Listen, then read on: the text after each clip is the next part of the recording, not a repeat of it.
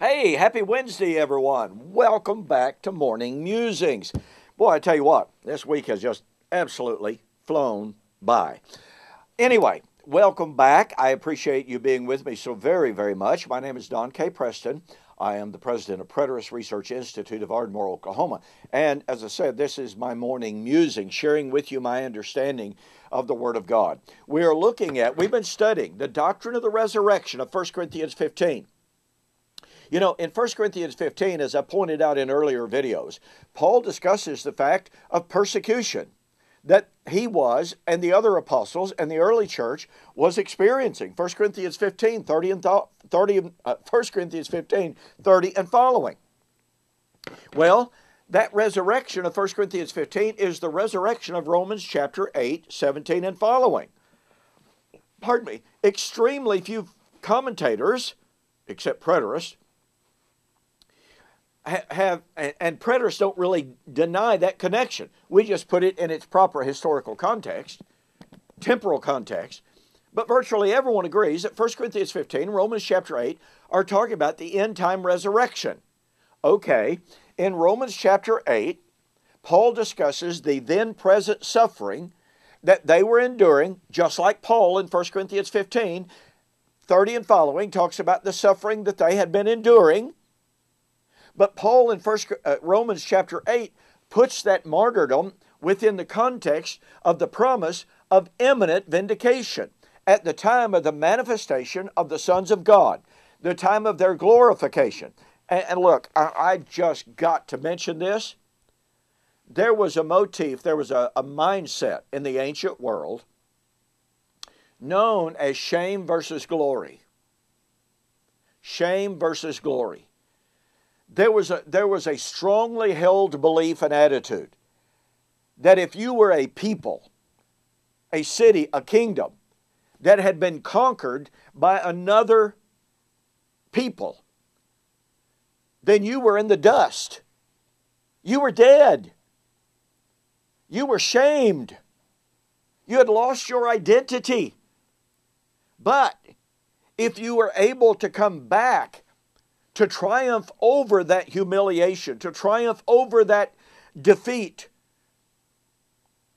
guess what? You were raised from the dead. You were glorified. You were vindicated.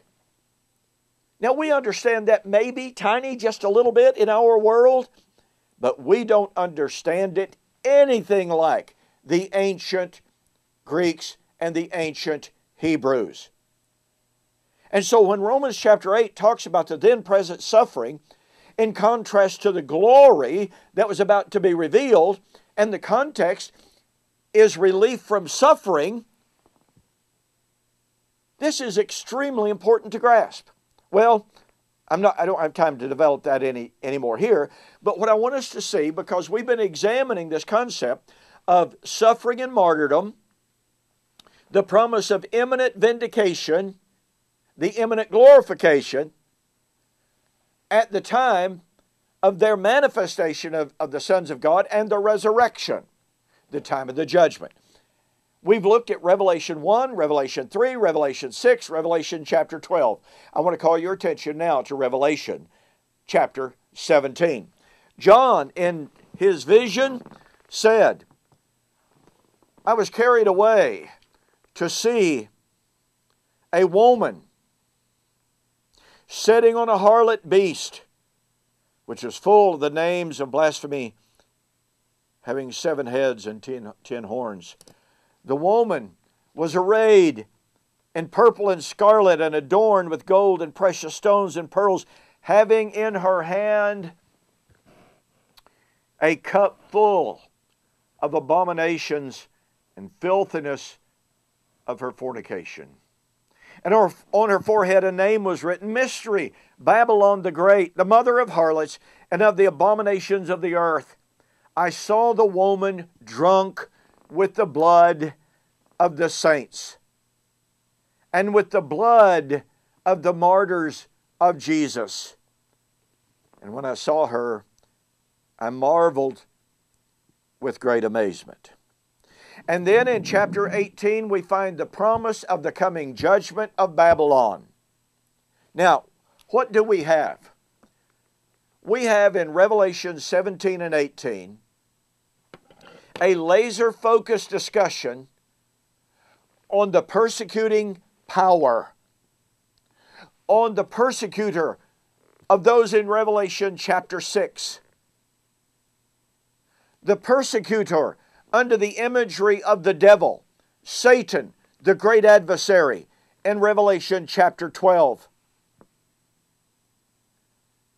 And it is Babylon the Great. Now I've got to tell you right here, I was raised believing, teaching, that Babylon of Revelation was none other than the Roman Catholic Church. Never forget a 2-week gospel meeting in Greenland, Arkansas, held by F.I. Stanley. He was very prominent in Arkansas, Missouri, Texas.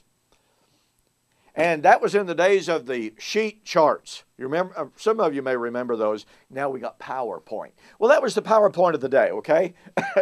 The last week of that meeting, F.I. Stanley presented his view, his belief, magnificently illustrated on the sheet charts, that Babylon was the Roman Catholic Church and the Pope was the man of sin. I was enthralled. I was convinced. I was on the front pew. I was 11 years old, for crying out loud, sitting on the front pew, soaking it in, totally convinced. And then I made the mistake years following of actually studying the issue for myself. And I soon discovered that Babylon of Revelation, the persecutor of God's people, the persecutor whose cup was now full of the blood of the martyrs of God, could not have been the Roman Catholic Church. Does that excuse the Roman Catholic Church for her sins through the ages? No, it's not the point. But it demands that if we're going to interpret Revelation, and if we're going to interpret eschatology correctly, we absolutely must identify Babylon of Revelation. Because the destruction of Babylon is the destruction of Satan.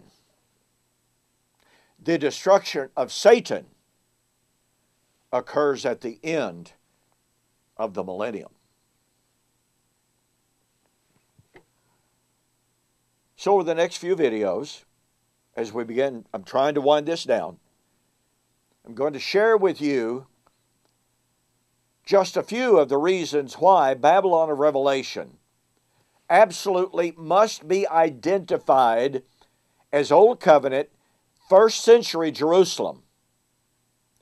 And that this proves categorically, since the resurrection of Romans chapter 8 would be at the resurrection, at the day of the Lord.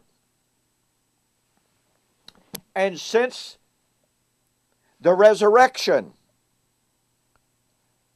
would be at the time of the vindication of the martyrs.